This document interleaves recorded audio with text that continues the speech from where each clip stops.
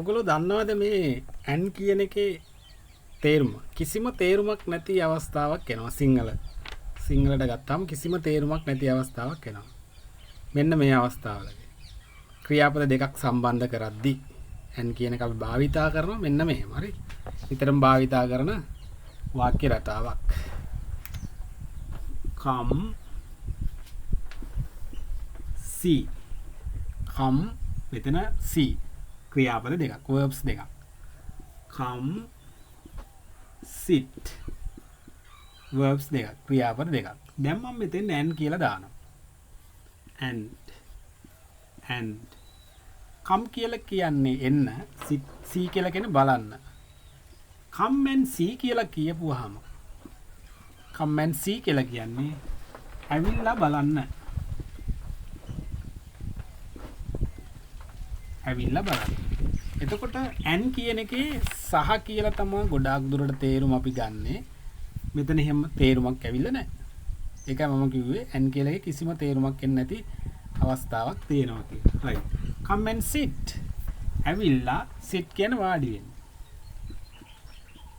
ඇවිල්ලා වාඩි වෙන්න.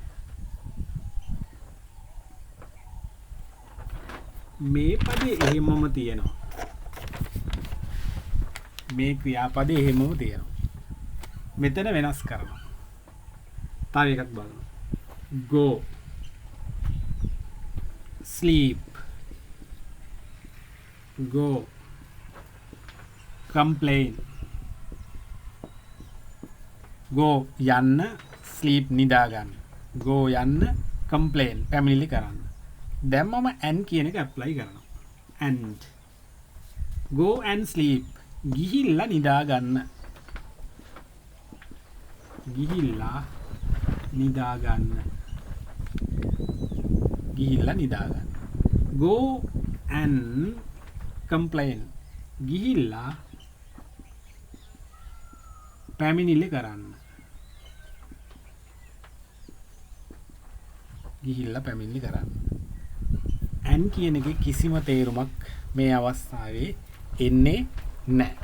දැන් ඕගොල්ලන්ට මේ පළවෙනි පදේ එහෙමම තියලා මෙතන වෙනස් කරලා and දාලා හදාගන්න පුළුවන් ඕනම එකක්.